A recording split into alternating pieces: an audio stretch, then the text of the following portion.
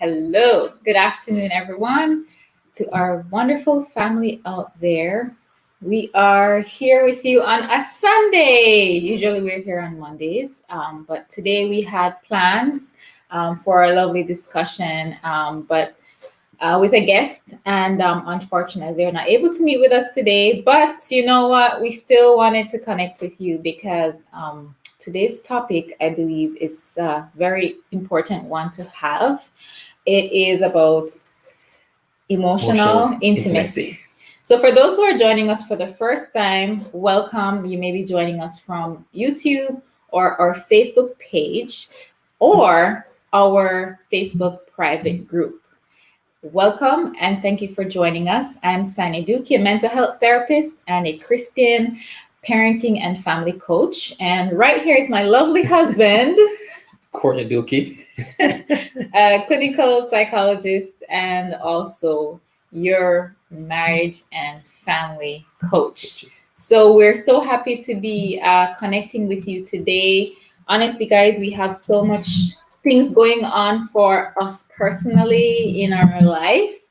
We have a lot of changes going on, so we haven't been consistent, honestly, as we have been for the past few months or so. We haven't been as consistent because there's a lot of changes.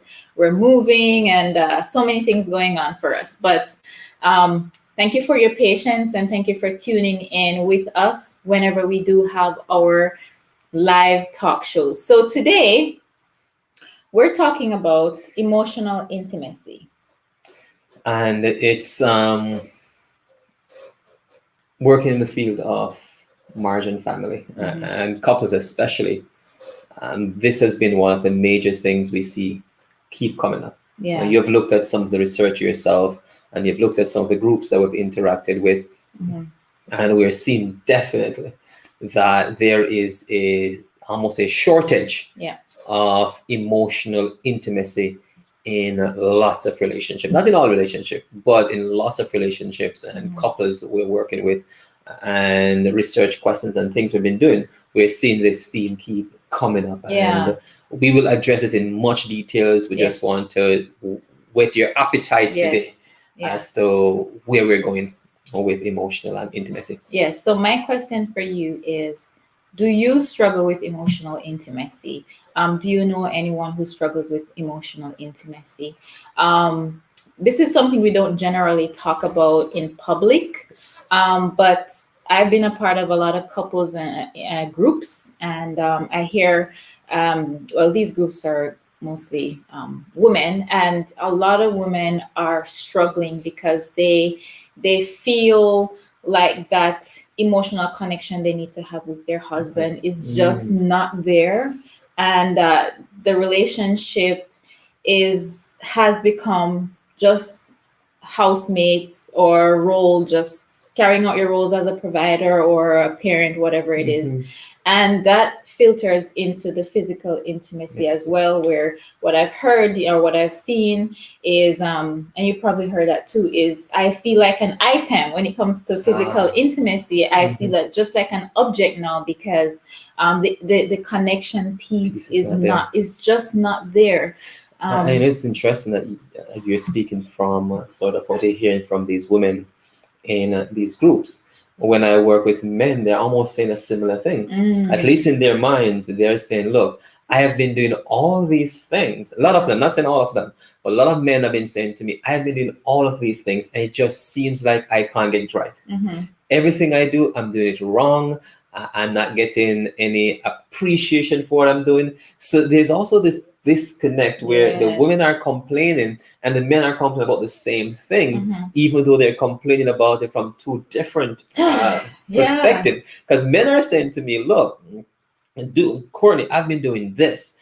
For all of our relationship and our marriage, I've been doing this, I've been doing this. I just don't know how. What else to do? I'm at my end weeks here, and I just feel like giving up. And then the wives are saying the same thing. So it's one of this dilemma we're in. And that's why we think this topic of emotional intimacy is crucial for us to have a number of discussions around it. Absolutely. And this is definitely a part of our relationship roadmap as well. Yes. This is a huge part of our relationship roadmap group that we have. And also our individual one-on-one work that we do with couples. So what is emotional intimacy? Because maybe we're not having an understanding, or maybe husband and wives are not having an understanding. And for those who are in a relationship, you're hoping to get married, and as a matter of fact, even if you're not in a relationship, I think this conversation is for you as well, because these are aspects that you need to deal with before you Yes. get into a relationship. These things, we shouldn't wait until we're with someone, then we try to deal with them. So what is your, in your own words, what is emotional intimacy? One word that comes to mind is friendship. Mm-hmm. And I've heard a lot of couples say, yeah, we are friends, but if we don't have deep friendship, Yeah. it's almost impossible to have or to experience emotional intimacy in the relationship. Mm-hmm. And friendship takes into account, how much do I know about my spouse? Mm-hmm. How much do I connect with my spouse? Mm-hmm. We live in a very busy time. So when you think of emotional intimacy, Yeah. it is that nuance of connecting with the other. Yeah. There are multiple things Yeah. that may happen to prevent us from connecting, or causing us to connect in ways that is not reciprocated by our spouse, or we don't feel like we're getting there. Mm-hmm. So when you think about emotional intimacy, we're thinking about the depth of the connection you have with the Mm-hmm. other person. So I'm curious. I want to hear from our viewers. What does emotional intimacy look like for you, or what does it feel like for you? So type in the comments below, and yeah, let us know what that is for you, because it looks different for each individual. One of the depth, we work in a field called interpersonal neurobiology. Yeah. And when we think about emotional intimacy, I think it really comes down to, at least in my idea of the definition of the mind, it comes down to four areas. Mm-hmm. How connected are we on a spiritual level? Mm-hmm. How connected are we on that relationship connection, and how much we know about each other? How connected we are physically? Yeah. And how connected we are on this level of friendship. Mm-hmm. So we think about that psychological piece, that Mhm. relational piece, that spiritual and physical. Most times, Yeah. we seem to connect on that physical level, which is not even the fullness of the physical level. We're That's talking just a about, part of it, yeah. it's just we tend to focus on one. In a lot of relationship, there is physical, which is sex, and there's only one aspect of that. Sex is just one aspect of the physical connection that we have with our spouses. But when you think about how deep are we connected on that psychological level, on those spiritual level, and those other relational level with the other person, and that's when we find balance in the relationship. And in my mind, and the way how I see it, Yeah. with the two minds coming together. Because remember, when two people get married, or two people in a relationship, it's two minds coming together. Mm-hmm. Yeah. And if those two minds are not balanced, they can't have intimacy.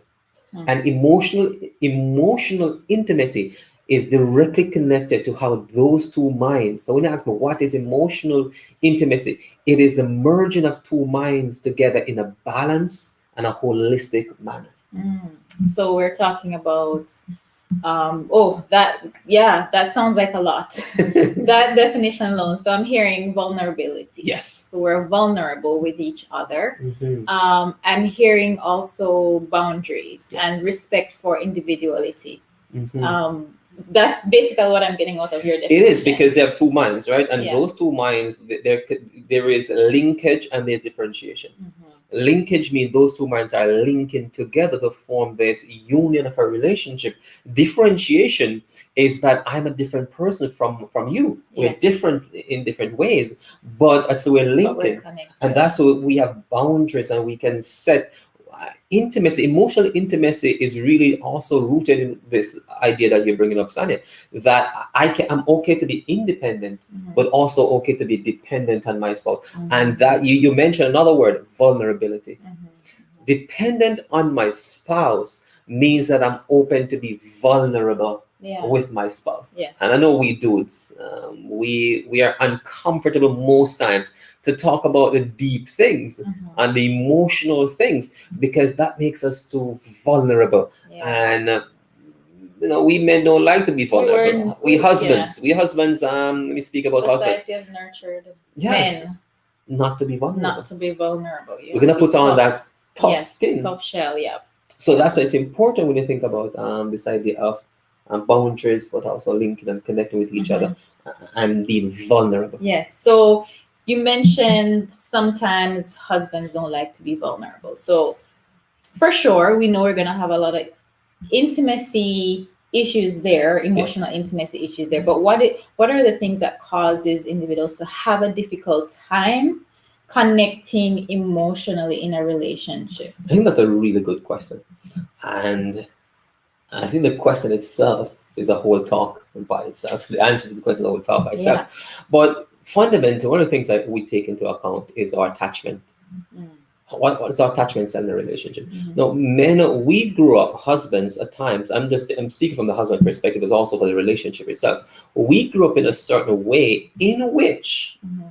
we were taught by our foreparents how to function in relationships, Mhm. what are our roles. Yeah. And those roles, we embrace them because that's what dad did, that's what grandpa did, so it seems to be what I should do Yeah. naturally. But the way how grandpa and dad did it might not be the way that we need to do it today to That's connect healthy. healthy way to Yeah. connect emotionally Yeah. within our relationship. Mhm. And that's where we kind of this breakdown. So what could lead to it? One of the biggest things that I've seen is really coming back from this attachment, how I grew up, the environment. Because remember, 95% of gene expression depend on the environment we find ourselves in. And gene expression also connect with how I do intimacy, how do I become vulnerable, how do I love, how do I show appreciation, what are my definition of a husband, Yes. definition of a functioning relationship. All of those things are defined by the environment in which I grew up in, and 95% of our gene expression. Yeah. So the way how I epigenetical change, that change by the environment, that kind of change is defined by the environment I find myself in. And I think that's why we have a lot of work to do, and we need to be more intentional about Yes. transforming this, because society in so many levels have really taught us the wrong thing. Yes. And that's why I find we have just the issue with relationships. It's just morphing into different things. It's just looking like different things Yes. now. Men are taught to be tough, don't show weakness, don't cry, don't be too soft, right? And I know, just speaking from the Jamaican culture that we're from, you know, that's what we grew up seeing. And then you're also hearing too that women don't need men, right? We're in a society where women, we don't need men, we can do things on our own. And I value independence, I value equality, but at the same time, when we speak that way and we act that way, we kind of put a wall between us and our spouse, because I am not gonna show you, I'm gonna let you know that, yeah, you're in a relationship with me, but at the same time, I can be okay on my own, like I'm doing you a favor. Yes. I mean, we don't necessarily say that, but it feels that way sometimes, like, you know, I'm doing you a favor just by being in a relationship with you, because I can be independent on my own. Yes. And that creates a barrier between the two people, that level of attunement and that vulnerability. I've heard, hey, you don't need to be vulnerable with your spouse, they don't need to know everything about you. But what I've found is that when we do that, we tend to allow the relationship to lose out on something that can make it even more deeper and richer.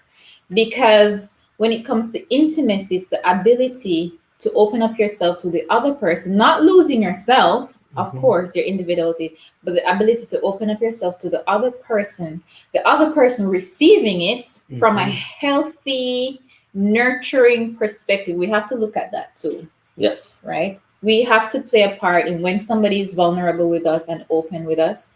We have to play a part in letting that person feel safe and secure, knowing that when they're sharing their vulnerability with us, then they don't have to worry. They don't have to feel that raw nakedness. And that comes from as human beings, we have this thing called the autonomic nervous system. Yes. And in another talk show, we'll get more into this. But the autonomic nervous system is like a scanner. Yeah.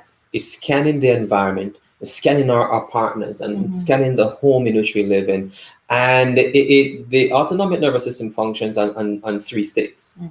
either safety, mobility, Yeah. or immobility. Mhm. If the environment is safe and my relationship is safe, and as a man I feel safe and I grew up in a safe environment and all of this is safe, then I can sit down and know that in my relationship I am safe, Yes. and I can be intimate because I can become immobile in the relationship, but immobile in a healthy way. Mhm. And what this means, we can sit in a couch, know that we're in a safe environment, or sit in a couch and just have a conversation. So I'm immobile sitting down in Yes. that couch, and I'm safe because I'm beside my wife and we're safe and we can do that interaction. Also, we can also be safe and mobile, Mhm. meaning that both of us can go out for a walk with each other because we know we're safe with each other. We can go for this walk. But that same autonomic nervous system Yes. functions, those two functions there of immobility and mobility, can be in a negative way, that we in the relationship we are immobile, meaning that we're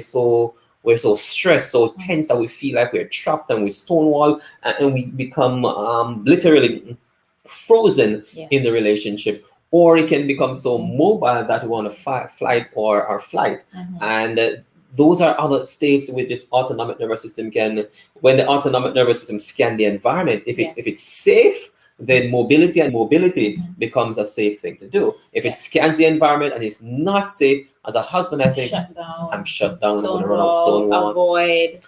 And Yes. our environment, the way how we grew up as men and women, determine what our autonomic nervous system is going to pick up in the environment. Mm. And this is really deep when it comes to emotional intimacy, because Yeah. it's hard to be emotionally intimate when there's a part of my being think I'm a threat, and then I cannot be vulnerable because I think the other person is out to get me. And maybe you grew up in a healthy home, but you've had some relationships in the past that has broken you down, Yeah. and you're like, I can't trust this person. Can I? This person may love you and really want to be connected with you, but because of previous Past experience, experiences. Yeah. you've shut down, and that so the autonomic nervous, that antenna, Mhm. look at the relationship and say, no, I can't be You're in safe. protective mode. Protective mode, and Yes. therefore we cannot have emotional intimacy. So I think we need to start talking about what it is that we can start doing today, starting today, to rebuild that aspect of our relationships. Yeah, so share with us some, let's discuss some tips or Tips. strategies that we can, Oh. it's not going to happen overnight, obviously, but what are the things we can start doing today to start rebuilding emotional intimacy? The first thing is awareness. Self-awareness. Self-awareness. Yeah. That's probably one of the most important things.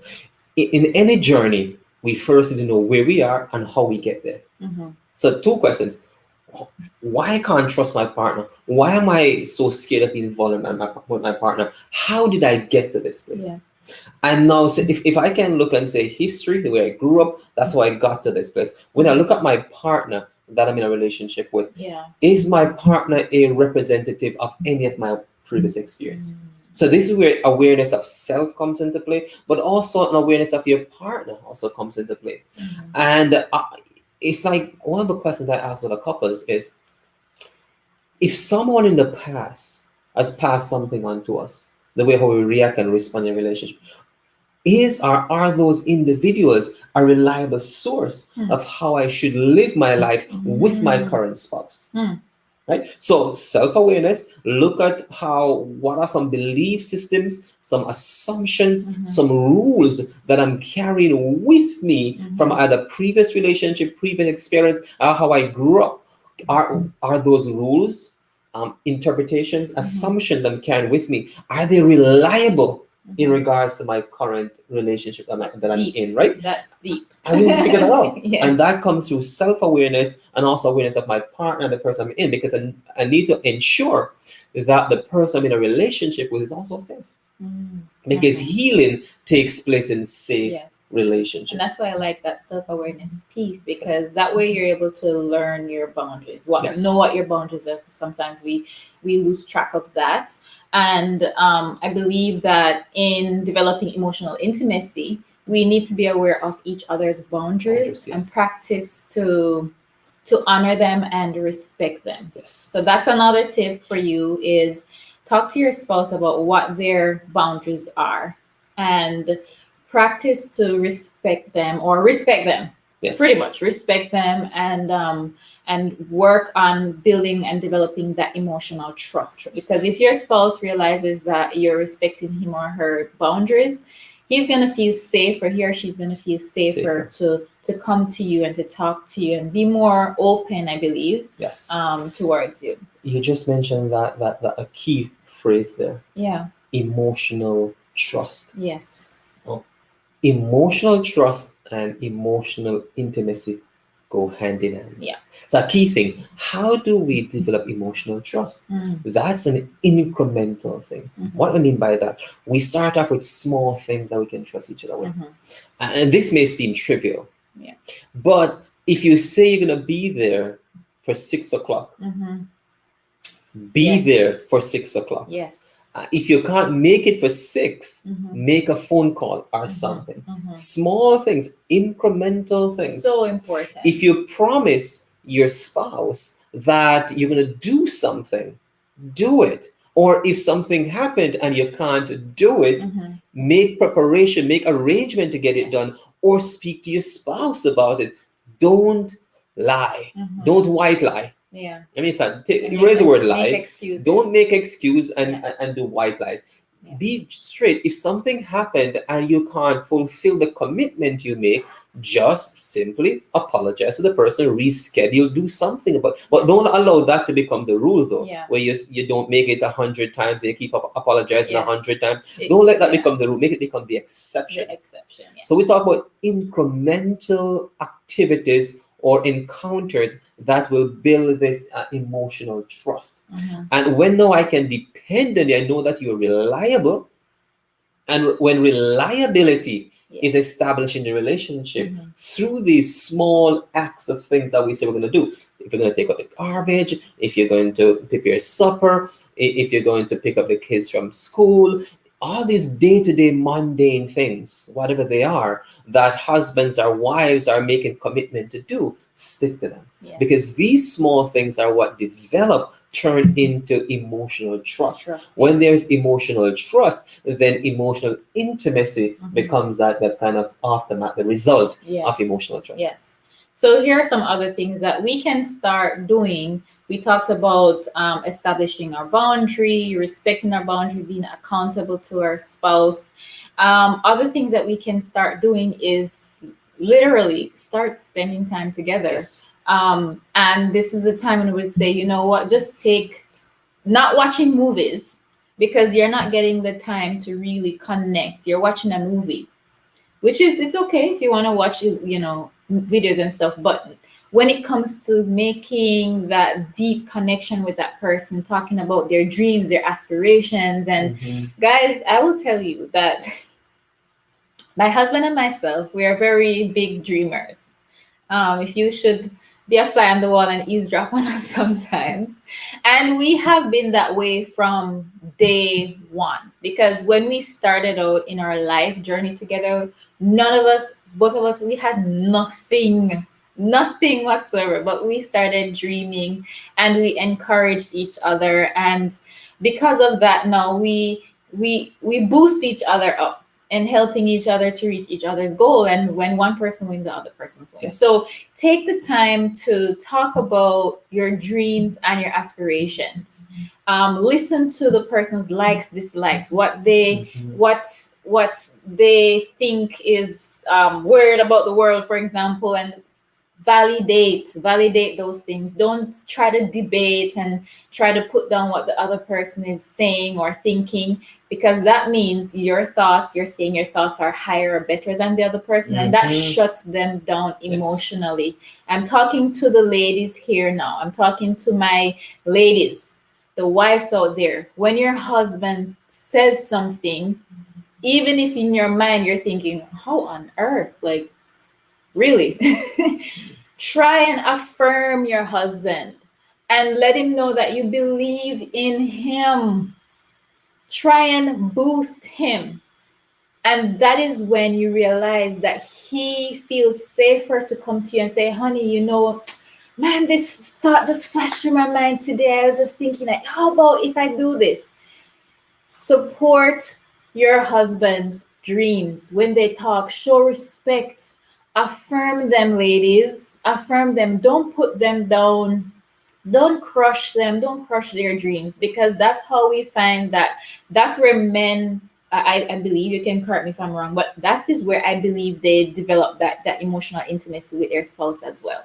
If they get the affirmation and respect, if they don't get it, they're shutting down. They're going to keep their internal world to themselves, or when they go out on the streets, they're hanging out with their friends. That's when they're going to talk, and those things open the gate for Emotion. infidelity too, because if you go out and you're talking to a girl, and she's like, oh, so interested in what your husband is saying and all that stuff, emotionally, where do you think he's gonna go, right? I mean, it's not right that that happens, but I'm saying that, these are things that we have to do to keep that connection going and that emotional intimacy going. And you just brought us something again. We'll probably talk about this in the future. It's most affairs today. Most of them are actually emotional affairs. Yes. Most of them are emotional affairs where people actually love and care for each other, but they get emotionally entangled with someone else. Another thing people can do, Sanya, and it's simple things, is have a what we call a device basket in the house. And sometimes you can just throw the devices, the phone, the iPads, throw it in a basket, and then sit with each other and have a conversation with each other. I know we live in a technological age and everything we want to talk on our phone in our hands and different things. Find a device basket, throw the devices in there, and just sit and talk with each other. Sana used a phrase earlier: dream together, talk together, explore together, get to know each other. And this is where friendship starts to develop. Because now we're getting to know each other, we're getting to understand each other. Then men, it becomes easier for them to express themselves and to talk about their emotions and be vulnerable in that relationship. And I say men because they're fragile too, they're fragile. They want to feel emotionally safe. It is. Because for men, getting into emotional conversation is not something they readily want to engage. We don't readily want to engage in emotional conversations because, at least within our logical minds, we don't see it going anywhere. But the reality is that relationships are built in order for, I believe, strongly believe, that intimate relationship is one way in which we men, husbands, can learn to develop emotional intimacy. Our spouse have a lot to teach us when it comes to, our wives have a lot to teach us when it comes to developing emotional intimacy. But we gotta make time for it. So so that's the device basket. Other simple things we can do throughout the day is send a text message, an email, checking in, just to let the other person know, you know what, I'm thinking of you. How is your day going? Guys, the ladies would love that. I'm thinking the guys would love that. It would. No, guys would love it too. Guys, imagine this guy at work, wherever he is, but he's aware that his wife is thinking about him. That will drive him to keep going. That's like adding fuel to the love oxygen, so he can keep burning. And when he gets that text, I say, oh wow, that's some appreciation, that's some respect. And men will husbands will interpret that as appreciation and respect. And she's fond of me. So those, again, simple things, but can have profound impact in terms of how two minds are joined together. So the last thing that I want to mention is, and I believe this is the most important, is to pray together. Take the time on a daily basis to pray together. Bring your worries, your dreams, your joys, everything, bring them to God. And I'd say read and study the word together. And as you're doing your biblical, you can do couples biblical meditation. You immerse yourself into scripture. And as you're going through that, the other person is learning about you, but you're attuning with God. So you're in a good space to do that as well. And that definitely helps you guys to connect together on a spiritual level as well, which is, I believe it's so intricate to a grounded and firm relationship, a long-lasting relationship. Pray together, read a scripture together, biblically meditate together, connect with God together and just be a team. Work together. You're a team. Don't work against each other. Yeah, actually, there's some research that even suggests that couples Yeah. that worship together on a daily basis Mhm. have healthier, stronger a marital relationship after 7 years. Mhm. So after a 7 years period, Yeah. the couples who maintain a high level of connection to God through praying and reading the scripture and worshiping, Mhm. those couples tend to, even they go through the same challenges, Yes. but they tend to be happier and stronger after a 7 years period. So there's Wow. power in doing that. There is power.